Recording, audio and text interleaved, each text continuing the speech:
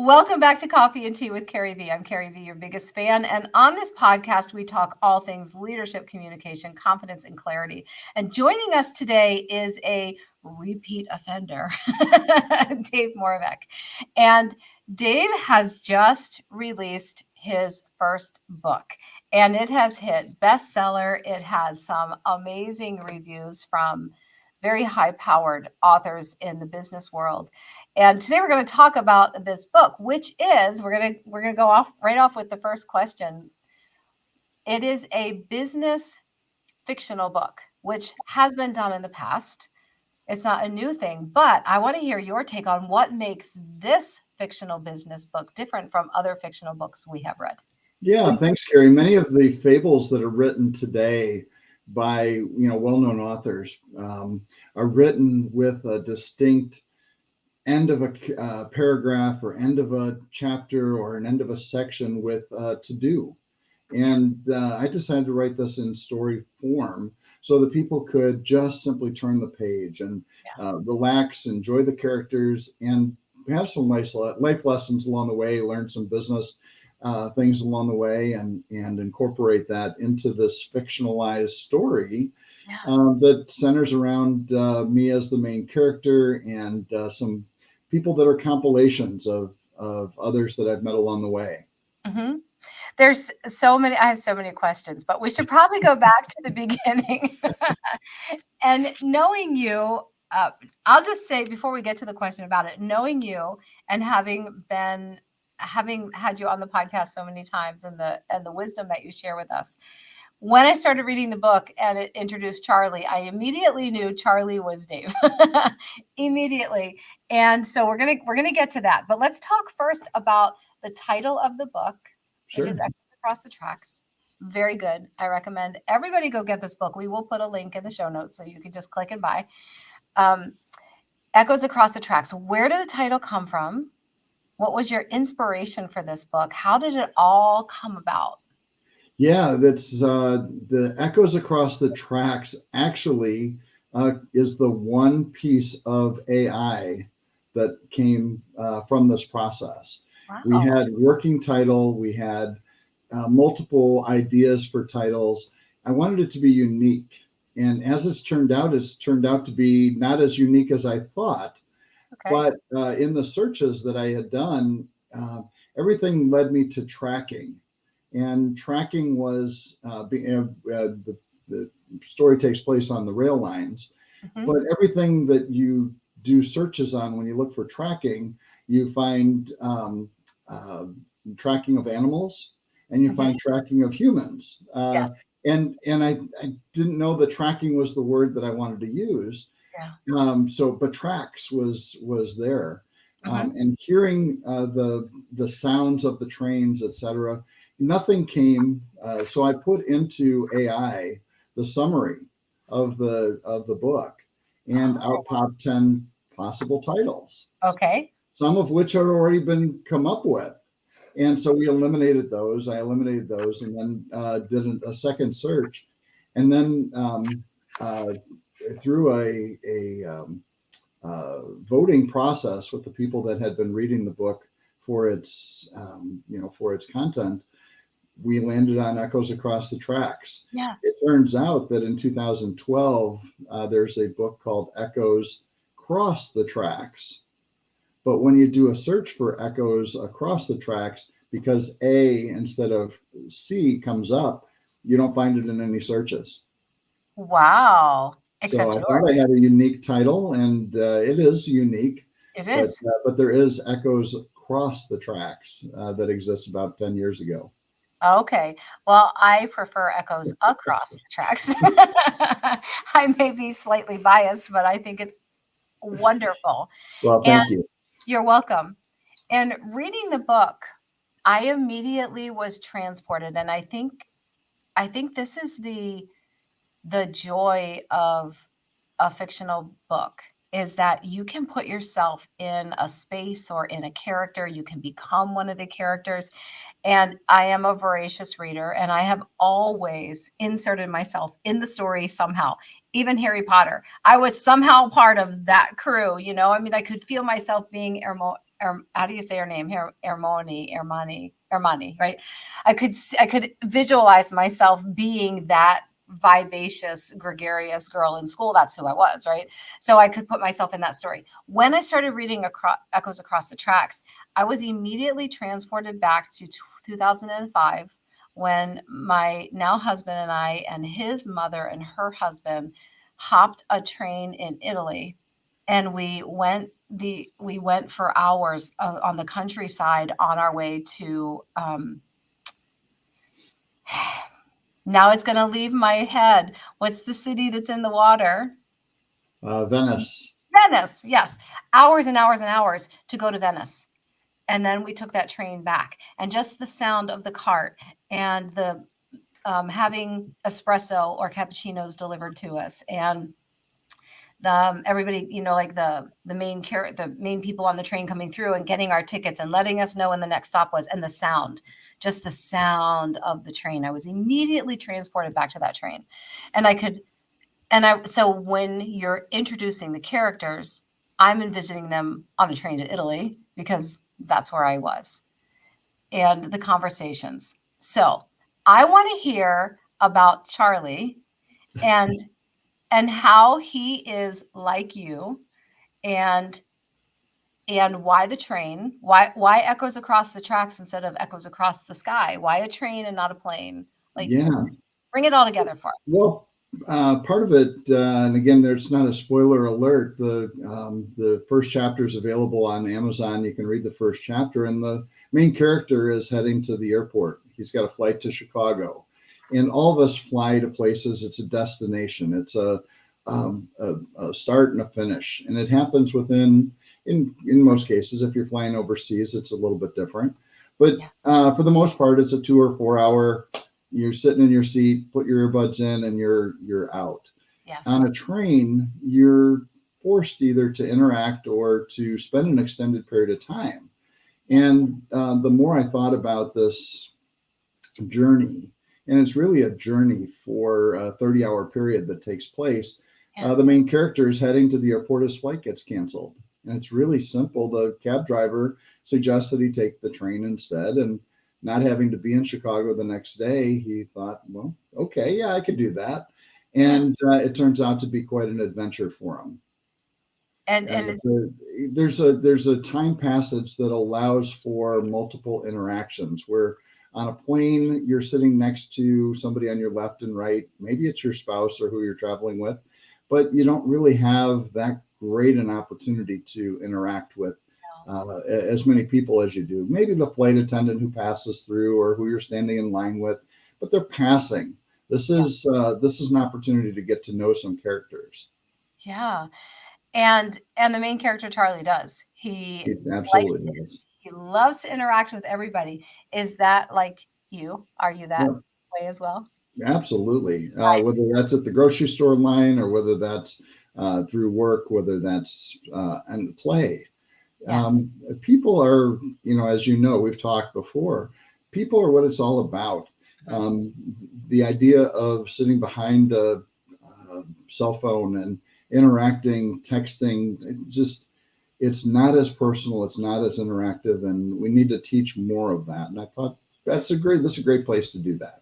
Yes. Okay, so Charlie is you and you are Charlie. Do you have anyone, or did you have anyone in mind when you were bringing in other characters like Mac and Jackson? Yeah, the compilation of characters within the book really are not specific people.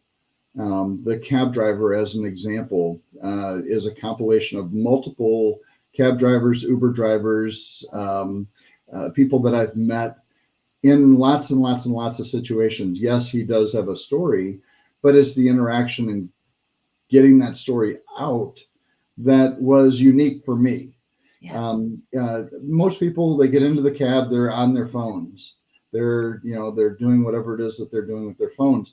Interacting with an Uber driver, interacting with a cab driver, I think it's fascinating to hear people's stories. Yes. That happens with Mac. In Mac's case, my grandfather, great-grandfather, was a conductor on the the Burlington Northern line.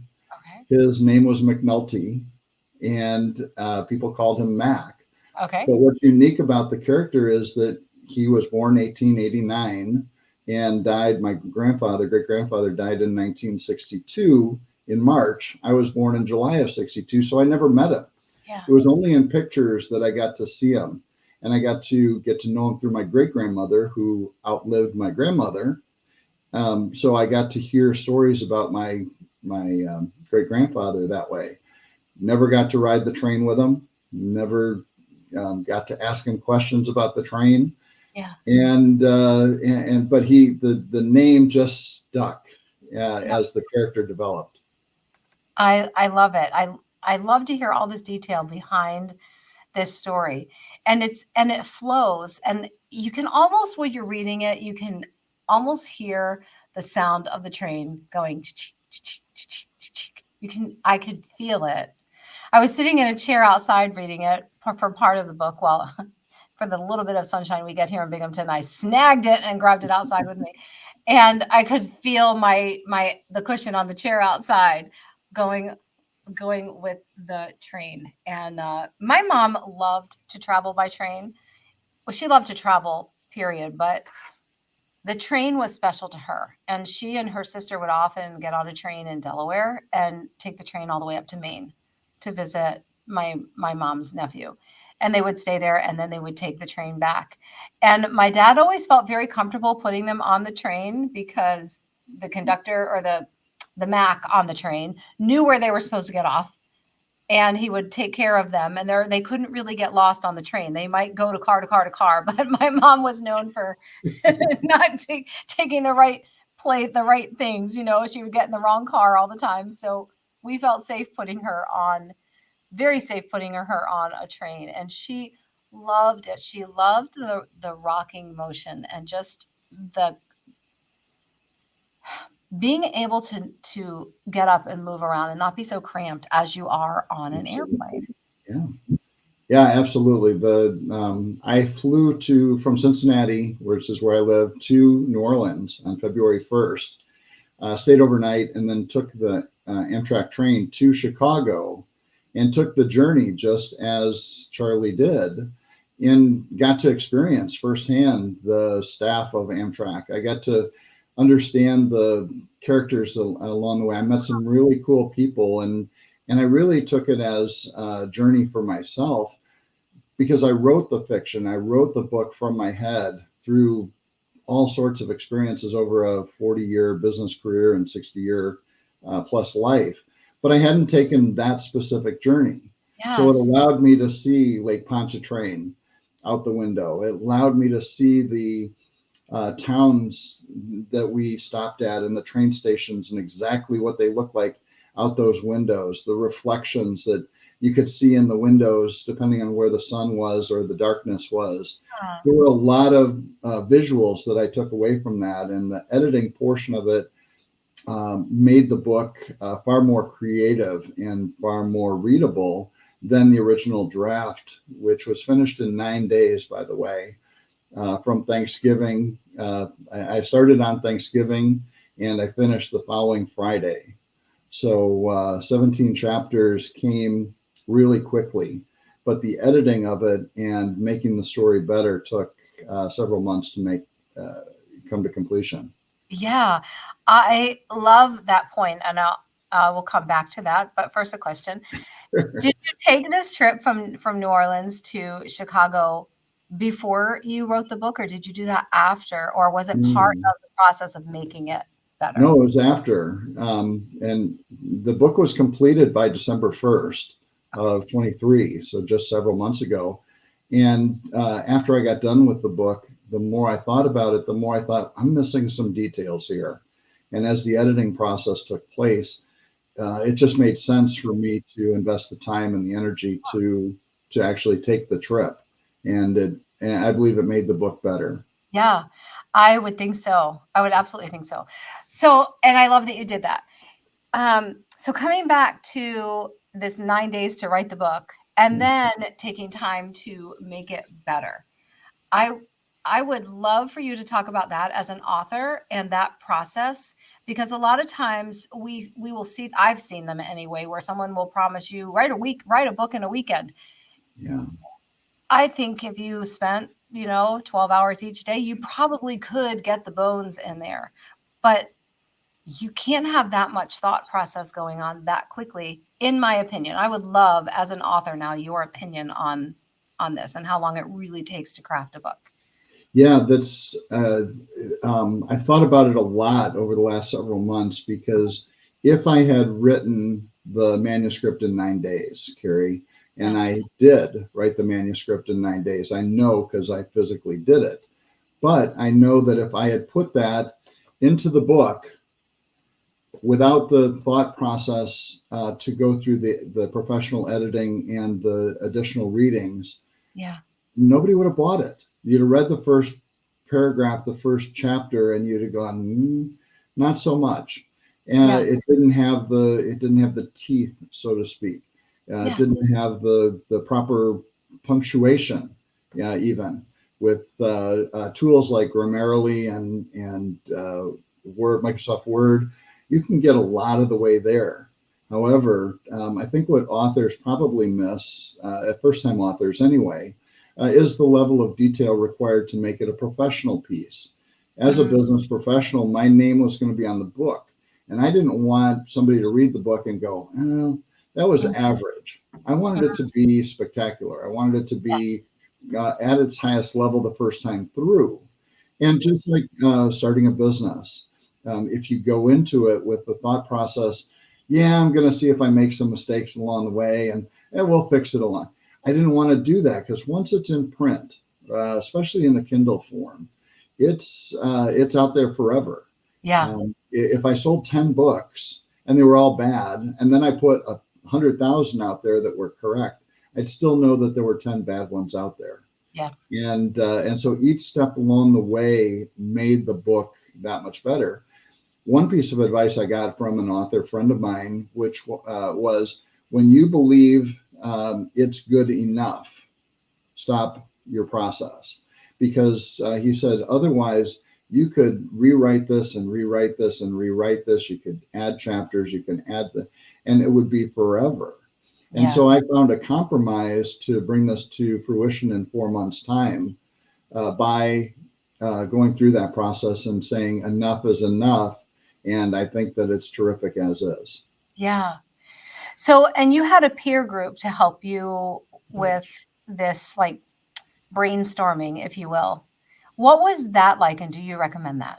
Absolutely. In fact, I had read it as a suggestion for all authors to provide their book ahead of time to a peer group to read it.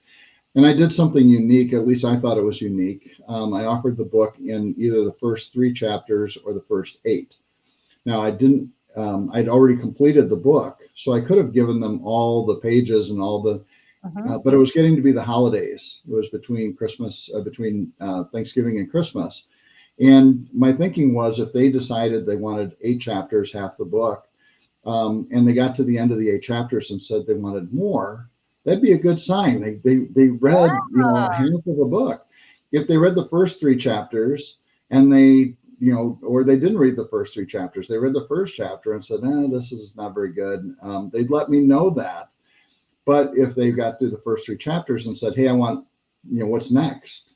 I thought that would be a sign in and of itself. And it was. Each individual came back and said, good job. Yes, you can change this. I think this could be, written a little bit differently. By the time I was getting feedback, I was already into the second and third rewrite before it went to editing. It didn't go to editing until January.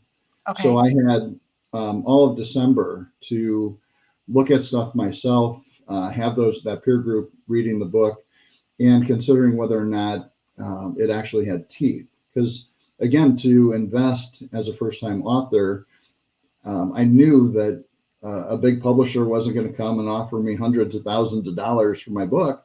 I was going to actually have to pay for it to be printed. Yeah. And if I was going to invest my money, I wanted to make sure that it was worthy of putting out in the marketplace. And those first readers told me that almost immediately. Yeah. It's good. It is so good. I enjoyed reading that just as much, well, more than I even enjoyed reading Life's Golden Ticket, which I really, really loved. So it just kept me riveted. You didn't want to put it down. You just wanted to keep flipping the pages on this book. So tell us why New Orleans to Chicago and not Chicago to New Orleans or Austin, Texas to Maine. Why Yeah. those cities? Well, actually, I didn't do a lot. I didn't. You're the first person that's asked me that question. I didn't do a lot of research on other destinations to other destinations. I know New Orleans pretty well because I've been there on business several times and been there on pleasure as well. Chicago's home. I live in Cincinnati, but Chicago is home. Mm-hmm. And for me, I didn't even think about going backwards. I didn't think about going to New Orleans from Chicago, but I saw Chicago as a destination home, if you will. Yeah. The anticipation of going home, the anticipation of getting to someplace familiar. Those of us who have been on long travels for 2 or 3 weeks or a month or more, you know what that feeling is like coming back home. And if you've been gone for a long time, you've gone back to your family farm or you're going back to your home city, that anticipation is building. And that naturally came as part of the book. The other thing I got to thinking about as the destination, the destination was almost immediate. It was it started from the very beginning, was that they're both easy cities to write about. And New Orleans as a destination, people have an aura of comfort level with the mystique of New Orleans, the Mardi Gras, the Bourbon Street, the Lake Pontchartrain. All those things are easy for people to see in their mind. And then Chicago is an iconic city, and it just happens to be where I grew up and where I lived most of my life. And so the points in between, all the stops in between, were what I didn't know. That's what filled in the details of the book, and the research that was done, and the stories that came from the characters in between the two cities. Oh, so interesting, Argy. So tons of business and life lessons in this book. Every chapter has one. So what was your favorite, or do you have a favorite, something that stands out? No, you know what? I don't have a favorite. There are some that stand out. There's the idea of Lombardi time, the idea of being on time, and the importance of timeliness comes out in the book a couple times. And it's a life lesson that all of us can learn. It's one that I still struggle with from time to time because I want to pack more into my day. I want just one more phone call. I want to take that one more meeting, and I know that I probably shouldn't. But that's certainly there. There's the mending of fences. There's a scene where the train has to stop because there's a herd of cattle on the tracks, and the train has to stop, and we have to be patient during those times when the train comes to pauses. And oftentimes when we're traveling, we're not very patient with the customer service person at the airline counter who says your flight's been canceled, or I'm sorry, you weren't able to make your flight. When the doors close on an airplane and they aren't going to open them back up. The idea of being patient in those times from a travel perspective is a lesson that I've learned over the years, and I'd always like to pass that along. Yeah, that is a great lesson to pass along, especially now. I don't know if in years past it was as common as it is now. I don't remember traveling in the past, like leaving the house and saying, there's a really good chance my flight's going to be canceled to come home. So I don't know when you're actually going to see me. I feel like that is kind of almost the norm now. And even the last trip I went on, sitting in the last day of the conference and got notice on my phone, your flight's been canceled. We'll let you know where we're putting you. And it was a full, probably 36 hours later than I expected to be home when I got home. And the person sitting next to me said, "Oh my gosh, you must be so stressed out." I was like, "No, there is absolutely nothing I can do about this, but wait and see where they put me, see where they're flying me back to, when am I getting home?" And it ended up that I got to spend quite a bit of time in admirals clubs. I just think that's fun and exciting, you know? You get to sit in there, they bring you free food, you get all the cappuccino you want, and you sit there with your laptop and work or talk to the other people in there. I just don't see the point in stressing out over something you can't control. So I love that you bring that lesson out, because I feel like, well, you can just look around and see most people aren't clinging to that lesson. Just being in the airport that morning in Orlando between spring break and bad weather and flights being canceled and the airport being totally packed to capacity, and standing in line for almost 3 hours at the preferred counter, at the first class counter. That line was that long and people were angry and you could see them, the tension mounting. And what are we going to do about it? What do we do? Yeah. And you do have the opportunity to make a difference in somebody else's life during those times, by by helping them through that stressful point in their travels. Again, there are times where even I get stressed because I'm supposed to have been in that next location, but Yes. that's the risk you take. And if the weather or the pilot or the plane aren't ready to go between point A and point B, I don't want to be on that plane. No, exactly.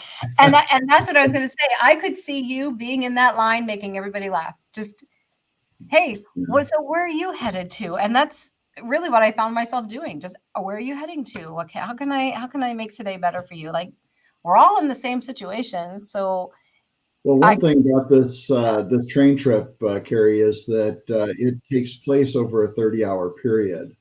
And the train trip normally takes 20 hours. For my fictionalized story, there had to be delays. Yes. And so I built those delays into it.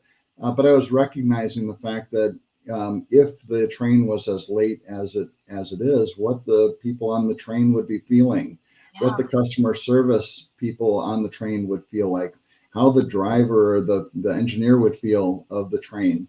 And that comes out in the story as well. When I took the train from New Orleans to Chicago, the train was 15 minutes early. And so I was pleasantly surprised that I was on time for the dinner that I was planning with some friends in Chicago that night, and what it might have felt like. In fact, I planned for there to be a delay, knowing that it's a 20-hour journey, but it ran right on time. Amtrak was perfect. Wow. And in your story, we start off with a delay right from the beginning, a refueling delay, and Jackson's trying to get home. I don't want to give too much away, but right from the beginning, you have them dealing with a delay right from the beginning of the book. Exactly. And that is real life. And what are we going to do about it? So I love that you brought that out. The book also deals with some sensitive subjects, and I love how you bring compassion into those subjects. I don't want to give it away, but what prompted you to bring in those sensitive subjects as well into this fictional business book? Yeah, I think that business today, there's a couple that you're talking about. I think one of them is women in the workforce. Today, if we look at the opportunities that women have in women's sports, women's business, women's work, significant strides.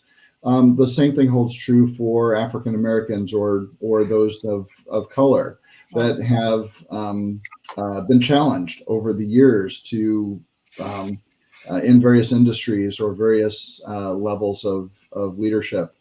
And I think some of those challenges still exist today. And my point in bringing that out is that we still need to work on them. We still need to work on relationships. We still need to work on making it better from an equality standpoint. And if we recognize that we all put our pants on the same way, that we each wake up on the same side of the bed. Although that's not true, because some people wake up on the wrong side of the bed. And, and we're not going to talk about those negative folks today. But we all get up the same way, to an alarm or not to an alarm. Yeah. We can interact or choose to interact with those Yes. people, and Charlie does. Charlie's the kind of individual that embraces those kinds of situations, and again, maybe by exaggeration, maybe by some stereotypical situations. I've tried to bring that out, and I hope I've done so in a quality way. Yes, you absolutely have. It was very evident as well. I loved reading how Charlie went about dealing with these sensitive topics. Mm. And I could envision you. I really didn't need to hear from you that you were Charlie and Charlie's you. I could tell right from the beginning. And I could, and so in my mind, as I'm reading this book, Charlie looks like you 100%. And I could see you smiling at people and kind of racing off the train to get a peek at the town that you were stopping in, even if you were going to get reprimanded and they were going to make you get on that plane or the train. Get on here. This is not a stop for you to get around and look around, but your desire to see where you were. Yeah. Which is the beauty of being on a train. You don't miss it all by flying over it. You get to see it as it's going by. Exactly. And you do so at a pretty good clip. I mean, we're going 60, 70 miles an hour, sometimes more. And you can't stop and say, stop the train, I want to get off here. Yeah. There is a USA Rail Pass that's available now through Amtrak. You can book 10 stops for $500.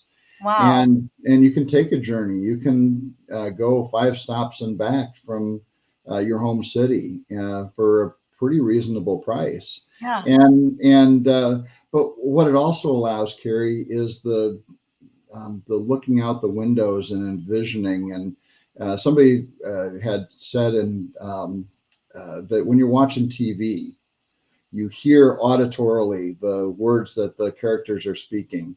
You see what it is that the filmmaker or the movie director, TV producer want you to see, and they're directing you to that. When you're on a train or you're passing time the way that these characters and these passengers on the train are, you have freedom of thought. You have wondering what's going on in that town, the buildings that are there, the neighborhoods that your train is going through. You have that ability, and I think creatively that is missing. I think in many of our journeys, Yes. We get on the plane and we want to get there to experience whatever it is that we're going to. You had mentioned that you're going to be going to Phoenix. Yes. Now, it's probably not practical for you to take a train from Binghamton, New York to Phoenix, Arizona. But if you had the time to do so, and you had a week's worth of preparation that you could do between here and between Binghamton and Phoenix, oh my gosh, how much you would take away from that journey. But by the same token, I also recognize that there are individuals who want the quiet time, who don't want to be interrupted. One of my peer group readers, he said, I don't identify with the character because when I get on a train or along things like, he puts his earbuds in and he uses it for reflection time. He uses it for reading, and I totally get that. Yeah. But nonetheless, he enjoyed the book and he enjoyed the characters and gave me constructive, positive feedback about it, despite him not necessarily identifying with the character. Yes. Well, we all have different personality types, right? I'm guessing on a disc profile, you're a high I somewhere in there. Yeah, just a little. Yeah. Okay, a lot. I am too. That's why I can identify so well with Charlie, because I would be doing the same thing. But if you're in that S and C range down there, you're the earbuds on or the headphones over the head, because you need that time to reconnect with yourself.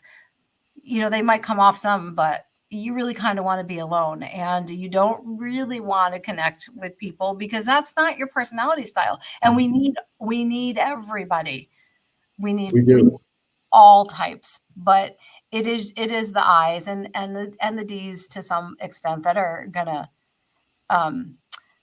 be that person who is out there talking to everybody and wanting to make those connections. And honestly, as someone who is, I don't know what your secondary style is, or even if you have one, you might just be high I.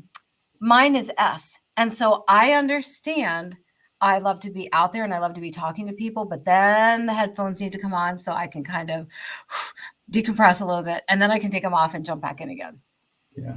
So we all have these different personality types, but I very, very, very much identify with Charlie. And maybe part of it is because I know you and I've talked to you so much that I could see Charlie. I could see you and Charlie and you so clearly, and the connections that you were making, and the way you were helping people along the way. You start off this whole journey helping Jackson. And yeah, but that's my nature, and that is your nature. But it's again, the lesson to take away is that we have the opportunity, even with the littlest of things, to make the difference in somebody's life. And again, you and I've talked about positivity, and you have to be open to that positivity in these situations in order to do something about it. And Charlie's just that kind of character. And in fact, my editor, Nancy, she said, I don't get it. She said, how is it you get people to talk to you like that? How is it that you engage people? And I said, well, and she said, maybe you need to describe that a little bit. And so I do a little bit in the book, but the reality is that when you offer up a story yourself, whether that's a heartfelt challenge in your life, or whether that's a hurt that's going on in your life, somebody else sees that and they become more open to sharing themselves. Absolutely. And if I just delve in and I say, hey, Carrie, you look like you're having a bad day. Tell me about that. You might clam up and go, well, I don't want to tell you that. But if I said, I've had my share of challenges lately, and this, that, or the other, you might turn around and reciprocate and start to tell your story. Yes. The idea of a curious listener, we've talked about that here on the previous podcast, and I've talked about it for a long time. You have the opportunity to be a curious listener in a train situation. If you put your head against the side wall of the plane, or you look out the window and you don't engage with that middle seat person, you're never going to interact with that person. That's right. There's a funny thing that happens in the last 5 minutes from taxiing. All of a sudden, people start to engage more. It's very true. And the reason is that they know that they're only going to have to engage for 5 minutes. Mm-hmm. You can, oh yeah, you got somebody picking you up at the airport. Yeah. Oh, do you have there's a limit to that engagement that people feel more comfortable with. On the train ride, some of the characters are there for the entire trip from New Orleans to Chicago, and others are only on for a couple stops. Yeah. And you don't necessarily know that until you start to interact. That's right. That's right. That's such good points. This is so fun to talk about this. So one more question, because I want to hear your thought on this. And let me find it. Here we go. Chapter 8 is entitled, If God Gave You 30 Hours, Would You Still Sleep 6? Yeah. So why the title? Why the chapter in the middle of the book? It feels like, tell us about that chapter. Yeah, I will. That actually was the working title.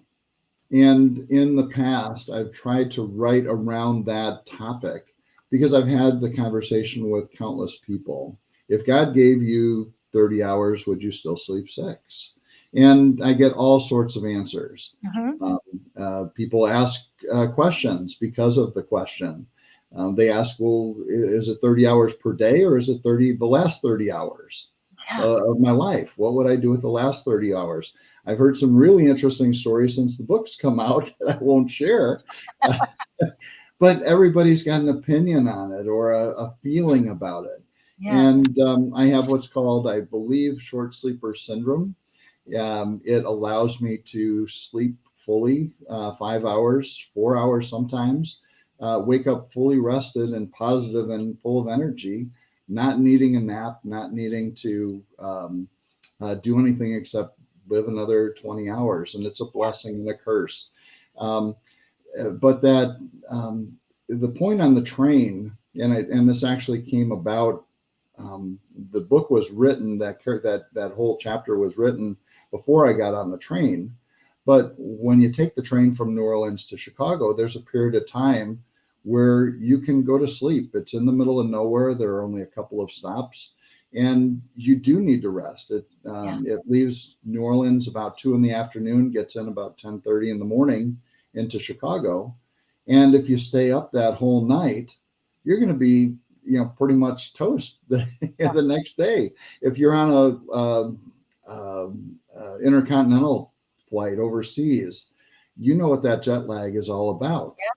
Well, Charlie needs a respite on the train, and during that period of time, there's some good insights about rest and about that need to stop, even if it is for 4 or 5 hours. And I think that comes out in that chapter, or at least I hope it does. Yes, it does. It's one of my favorites. And it's hard to pick a favorite. Honestly, this book flows. This book is so insightful. It's so good. So tell us how we can get our hands on a copy of Echoes Across the Tracks. Yeah, there's several ways. Now it's on Amazon. That's the easiest place to get it. It's available Kindle, paperback, and hard copy. And just search Echoes Across the Tracks. Don't put in Dave Moravec. It's under David C, because my middle initial is C for Charlie. Oh. But but Echoes Across the Tracks, it'll come up with the this picture. So that's the first place you can get it. You can also go to our Sales Manager for Rent website, salesmanagerforrent.com. Go to the media page, and you can ask for, and I will send you an autographed copy, hardcover or paperback, personalized if you like. Just send me a note. The paperbacks are $20. The hardcovers are $25. And it's going to be in bookstores and other distribution centers as that process goes along. Barnes and Noble has it available online, as does Apple and other locations. Fabulous. And if they wanted to contact you directly, where would be the best place for them to go? Yeah, probably my email, DD for Dusty Dave Moravec, Moravec 5, number 5 @gmail.com. Okay. And we will link all of this in the show notes so that you can just go get this book and start reading it. You won't be able to put it down, so you might as well just,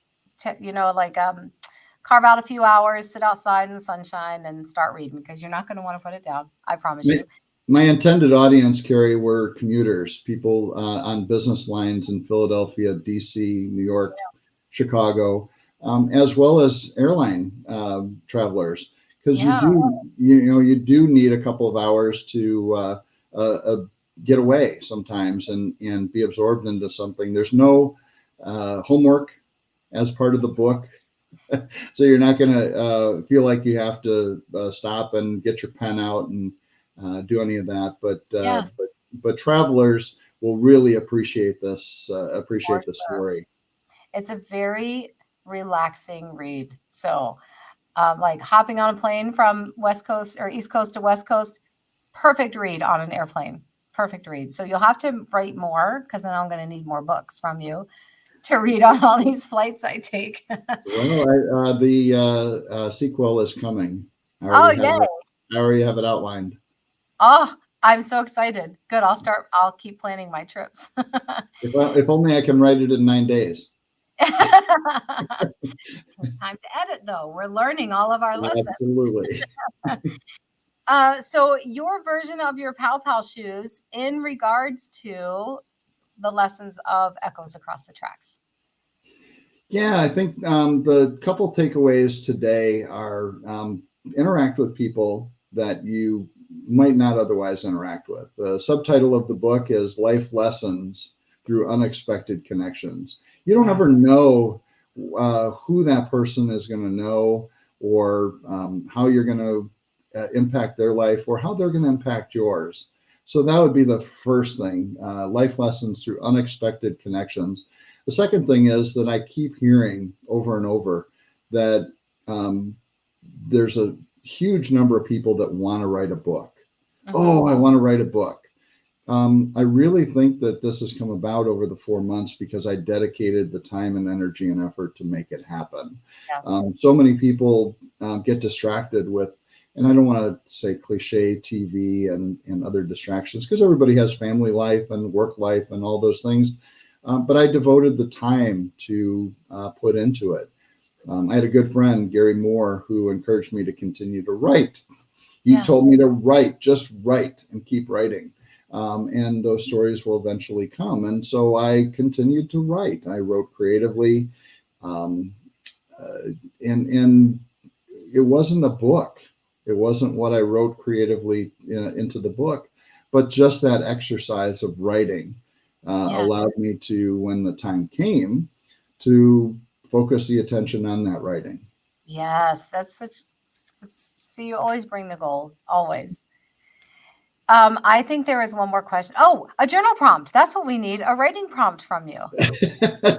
A writing prompt. The last time I think I told you to write a letter to somebody that you hadn't written to in a while. If you have reading, this is something that I've done, and it's so simple. Write a word of encouragement to the author that wrote the book. If you're reading a book that you like, go to wherever it is you bought it and write that 1 sentence, 2 sentence review. They're so appreciative. I am so appreciative of the people that have reviewed the book so far. Zig Ziglar's son, Tom Ziglar, wrote the foreword for the book. Dave Kirpin is an incredible author and so kind to write a blurb for it.